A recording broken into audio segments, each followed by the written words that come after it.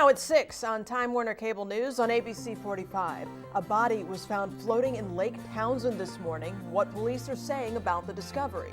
Also, new details in the Wednesday shooting involving a retired Greensboro police officer. Hear the 911 call just released. And the FBI joins the investigation into a Bladenborough's hanging death. The latest on Lacey Lennon's death that was ruled a suicide. You're watching Time Warner Cable News on ABC 45. And thank you for joining us tonight. I'm Sharon Stone. Those stories are coming right up, but first here at 6 o'clock, meteorologist Doug Lindsay is here with the first check of that weather on the One's forecast. Hi, Doug. Hello, Sharon. Hello, everybody. Just a little bit. All right, see you in a few. Thank you, Doug. Greensboro police are working to identify a body found this morning in Lake Townsend. It was found in an area of the lake near Church Street and Plainfield Road. Meg Smith has more on the investigation. Anyone with information that can help is asked to call police or Crime Stoppers at the number on your screen. That is 336-373-1000.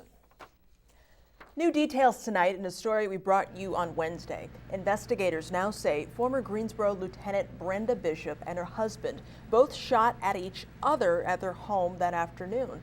68-year-old George Bishop was taken to the hospital in critical condition. He later died. Preliminary reports show the shooting began as a domestic dispute between the couple at their Larchmont Drive home. Detectives are now looking at the sequence of events. The 911 calls from the dispute were released earlier this afternoon.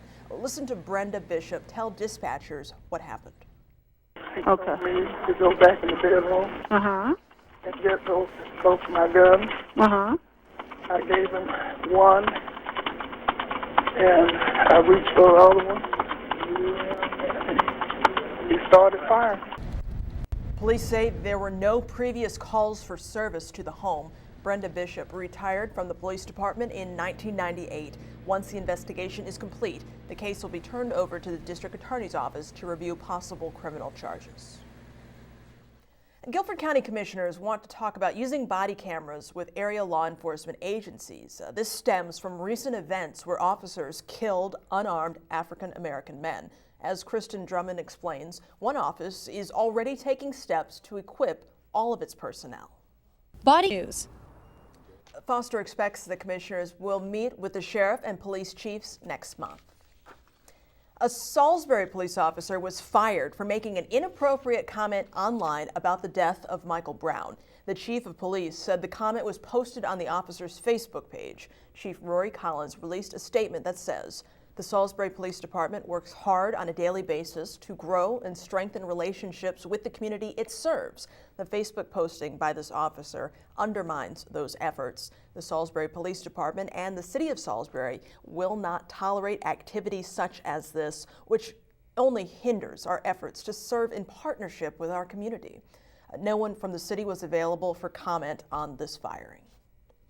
The FBI is now investigating the death of a Bladen High School football player. 17-year-old Lennon Lacey was found hanging from a wooden swing set in a mobile home park back in August. Friends and family of Lennon have voiced concerns that there was a lack of information in this case. The NAACP has also been calling for a federal investigation into the teen's death, saying that his death could have been race-based. The district attorney says they've been thorough in investigating the case, but he asked for assistance from the FBI to make sure no stone is unturned. This is ongoing. David also asked for patience as the investigation continues into Lacey's death. Lacey's death had originally been ruled a suicide. The South Carolina mother accused of driving her van into the Atlantic Ocean with 3 kids inside pleaded not guilty by reason of insanity to child abuse today. A psychologist ruled Ebony Wilkerson had a psychotic break when she drove her kids into the surf off Daytona Beach in March. The 3 children are still in state custody. Prosecutors have agreed to drop 3 counts of attempted murder. The judge is expected to decide next week if Wilkerson will be committed to a hospital or released with psychiatric supervision.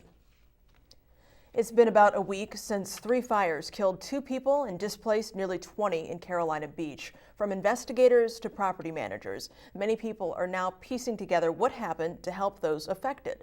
Carly Swanson speaks with a rental agency manager who lost one tenant in the fire and has helped 2 displaced families find homes. There's no word on if the Sands 4 condo will be rebuilt after the investigation is complete. And still ahead here at 6 o'clock, part of a plan to fix a leaking drainage pipe at a Duke Energy steam station requires pumping contaminated wastewater into Lake Norman. And later, temperatures reached into the 50s today, giving the Triad a bit of a warm-up. So how long will these warmer temperatures last? Doug Lindsay tells us in your Weather on the Ones forecast. On ABC 45. A Wake County Superior Court judge denied a motion by UNC Chapel Hill to dismiss a lawsuit against the university from a coalition of media outlets that includes Time Warner Cable News. The media outlets are suing UNC for not releasing information on 9 employees who were either disciplined or fired due to the recent Weinstein report that should have been public record. Judge Donald Stevens said while UNC was transparent in saying it disciplined employees, they did not provide adequate information as to why. And the records are supposed to, with regard to discipline at least, provide some information about the nature of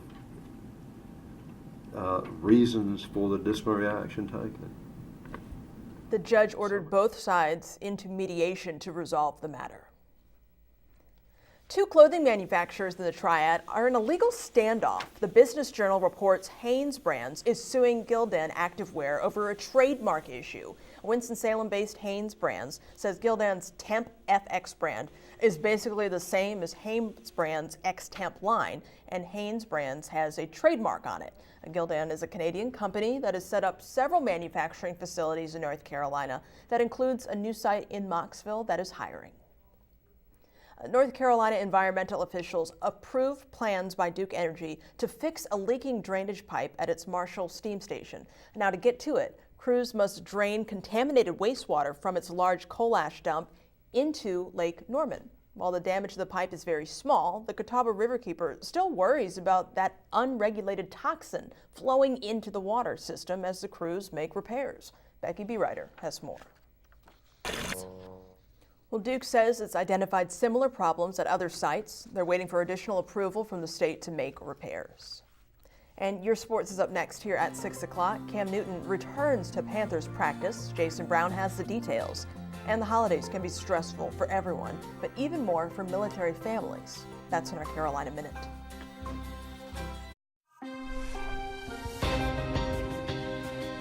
For rain arrives later Friday. That's your Weather on the Ones forecast. Back to you, Sharon. All right, thank you, Doug. And now from our crews across the state, here's tonight's Carolina Minute. Sanford residents and the state NAACP are planning a march to the courthouse after a fatal officer-involved shooting. Travis Faison was shot and killed 2 days ago while Officer Brentley Brown was serving a warrant for attempted murder. Family members say they haven't received many details from authorities on the shooting. Authorities are warning people against a phone scam that's hitting hard this holiday season. They say scammers will pose as IRS agents, telling victims they owe the government money and must pay immediately. The holidays can bring a lot of stress, but imagine what military families are going through. Camp Lejeune will be deploying 2,400 Marines within the next few days. Therapists say spouses deal with anxiety from threat of injury or loss when their partners are deployed. Around the holidays, that stress can increase. They say family, friends, and community members can also step in to help ease the stress.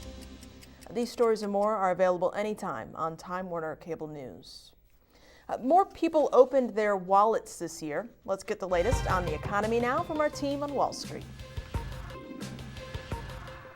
Microsoft is fighting a search warrant from the federal government. They say they want customer emails stored in Ireland. Who in particular the government is looking for is not clear. The case is related to drug trafficking and money laundering. The case raises questions about what role jurisdiction and physical borders play when it comes to digital information. Prosecutors say it doesn't matter where the information is stored because the data is readily available. And tonight here at 11 o'clock, state animal shelters now have a deadline to comply with a policy to ban the use of gas chambers. So what happens at the shelters that don't meet the deadline? We'll have that at 11 o'clock.